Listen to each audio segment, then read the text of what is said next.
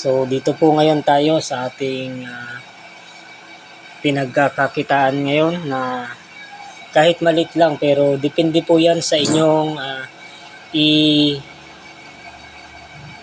ipupondo dito sa Trust Wallet. Pero po itong site na ito na pinakita ko sa inyo ngayon, si Smart Mining, no, nakakunik po siya dito kay Trust Wallet, no? Kasi yan po ang kanilang version ng kanilang pagmimina. Dito po sa Trust Wallet nakakunik na, ikinokonek na muna bago siya ng mining, no, magsimula. Dito po sa tingnan natin dito sa so wait lang, dito sa more.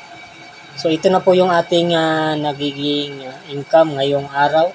At sa 24 oras yan po yung ating namina, no? Pwede po natin yung i-max o withdraw natin, no? Pwede po natin yung i-withdraw dito. Pero mamaya po natin i-withdraw, no? Para may proof po tayo sa inyo na nagbabayad po siya. So dito po balik po tayo. At dito sa more, makikita nyo po dito yung inyong na-income. Makita nyo po yung mga date dyan, no? Yan, yung mga date nya, kung magkano yung na-income nya. No? Kita nyo po yan. At nung nakaraan, pakikita ko po sa inyo kung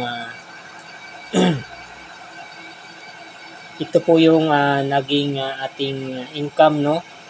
Nung nakaraan. So ito po siya, yung withdraw natin, naging kita natin, no, nung nakaraan. So yan po ang ating mga income, no, nung nakaraan. So at dito po sa ating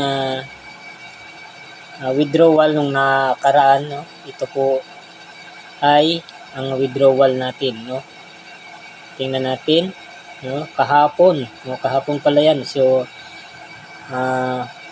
ito po yung naging income natin, no, na ating withdraw, no. So po, ito po yung nasa baba, no, ito yung na-withdraw natin kahapon, no. At ito po yung nung nakaraang araw. Pakita ko rin po sa inyo.